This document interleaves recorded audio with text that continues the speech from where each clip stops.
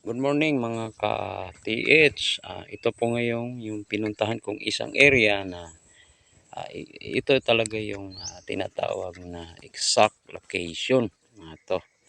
Tingnan niyo yung nakapokus na yan. Yung dagat yan dagat. Then, kita nyo yung shape ng creek. Pag ganyan nyo yan. Kung i-compass yan natin, ay nasa bearing point yan ng northwest. Ngayon, kasi northwest yan, yung position ko ngayon, nasa southeast ako. Kung sa southeast ako, ngayon, kung mag-bearing point ako ng north,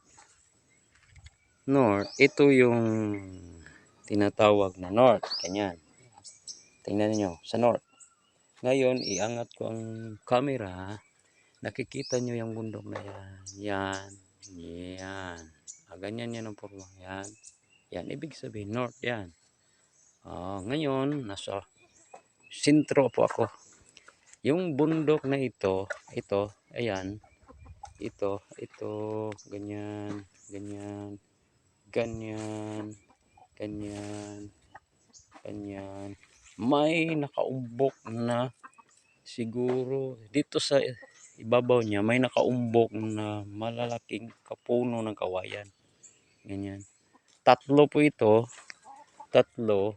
Isa, dalawa, tatlo. Hanggang papunta doon, may sa baba, may naka-align. Para itong ito talaga ay artificial mountain. Ganyan. Ito yung bahay ng kaibigan ko. Mula sa kawayan, bearing west, may isang old tree, mangga. Maliit pa daw sila. Andyan na daw yan. Ngayon, ibig sabihin, ang area na to, napapalibutan ho ito ng bundok, malalaking bundok. Ayan, bundok po yan. Nasa gitna siya talaga. Ngayon, ito na yon. Ibig sabihin, yung mga sinasabi kong sikreto, kodigo, pag nakikita nyo yan, kasi sa baba nito sapa ang mula sa sapa siguro papunta dito nasa 200 meters. Nasa ibabaw siya. Nasa palibot ito. Tulad nito. Tingnan nyo. Dito. Ayan. Malalim na creek yan. Ayan. Yan. Malalim na creek yan. Parang nakaugbok ito sa ibabaw. Ayan. Wala. Ito. Ito na yung bearing point. Ito yung posisyon ng isang tinatawag na location talaga. Ito yung location. Yung nakikita dyan na mga sign, symbols, yung mga bato na nagtuturo kung saan, ito yung hahanapin. Hindi yung mga bato, yung pinakita ng mga iba dyan, na mga bato na yun daw yung hindi ho yun. Ito na siya. Ito na. Andito ka na sa ibabaw. Ito na. Ibig sabihin, ang posisyon ko dito, ito yung tinatawag na, kung sila pa siyempre isasabihin ko na lang, ito yung tinatawag na benchmark. Dito nakaposisyon yung dati ngayon high-tech na tayo ngayon yung mga transit. Dito siya yung nagko-command kung saan ilalagay yung mga deposito. Pero may deposito dito sa ilalim. So saan? Hanapin na lang dyan yung mga kwan. Sa akin, madali lang naman yung hanapin kung saan yung mga entrance dyan.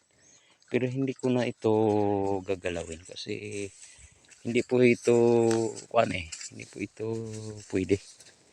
Dito ako kumuha ng isang kwan. Tinatawag na quick deposit. Ito po yan. Ngayon, ito. Tingnan nyo. Okay. Para makuan rin natin yung iba dyan. Ito. Kasi may sa iba mahirap kukuha muna ako ng tape measure. Ito. Para naman maalam nila yung ito lang yung ibibigay. Pero yung sa yung sa kuan talaga, yung mga big deposit, huwag mo nang galawin. Ito. Mula sa mangga, kumpasan ko yung mangga. Okay. Gumalaw siya south. Ibig sabihin nasa norte ako. Ngayon, ito yung mangga. Yan. Ito mangga. Bata pa daw siya dyan. Ngayon, biring ako ng puno ng mga kawayan dito sa likod ng kubo. Nasa southeast. Ngayon, sakto yung posisyon ko. Ito yung bato na maliit. Ito yung mga kung kukumpas ako ng S, tingnan nyo, S na naman ako. Ganyan. Ganyan. May makikita po akong isang bato. Ganyan. Itong pong bato na to. Ito. Ito. Okay. Ito. Ito. Itong bato na to. Tingnan nyo ha. East po yan. Going to west po yan siya. Tingnan nyo.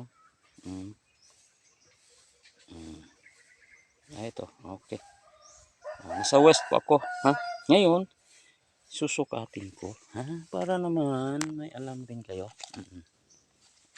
Na hindi yung malalaking bato yung naghahatid ng deposito. Tulad nito. Itong posisyon ko ngayon, ito siya. Mula doon sa mangga, may dalawang kuan ito. Tingnan nyo. Kung natural po ito, hindi ito sakto sa sukat. Ganyan. May isang bato na maliit. At saka ito, nasa siya, 2 feet. Ganyan. At saka yung isa namang bato na naka-align niya. At saka ito, nasa 1 feet lang po. 1 feet. Nasa 1 feet. 1 feet.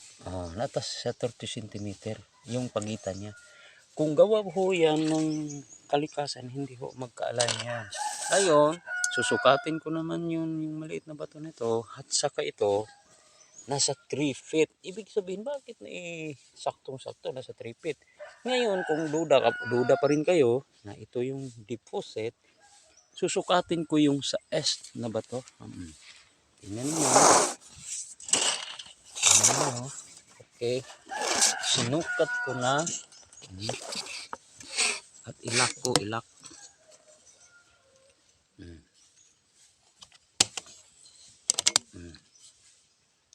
Ilak ko ha. Sinukat ko na. Ngayon. Ito. Okay. Yan. Sign yan. Maliit lang ho yan. Okay. Going to west. Okay. Going to west. Sa bato na to. Nasa 3. Itong bato. Ito.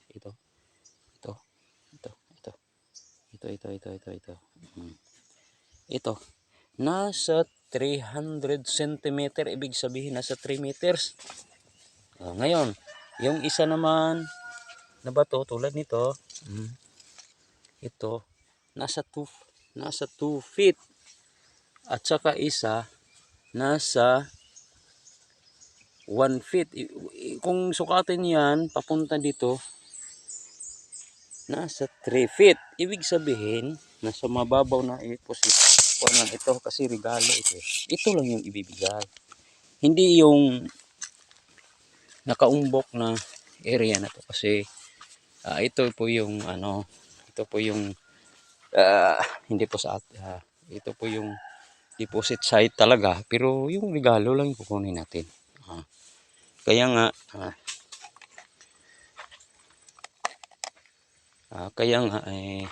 ito balik ako sa posisyon ko. Yun. Hmm. Ah, balik ako. Oh, ngayon, balik ako sa posisyon ko. Ngayon, ito. Kita nyo yan. Yung balibalang bundok na yan. At saka dito, sa Bearing Point na west, dito sa, may malaking puno ko dyan. Acacia. Century tree. Oh, nasa gitna po ito. Kaya ngayon, ito na yon, wag yung nakikita dyan sa gilid-gilid. Gilid-gilid dyan. Mayroong mga deposito dyan. Pero ito talaga yun. Yung mga kuwan.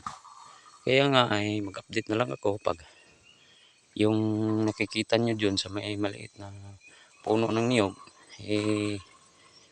kaya namin yun. Kaya good morning po. Ito po yun ha. Huwag yung napapaniwala kayo sa mga sinasabi-sabi ng mga ganyan dyan. Wala yan. Kawawa lang kayo. Kaya magandang umaga. Okay na. Update na lang po ako. Ito yung Secret of Codigo.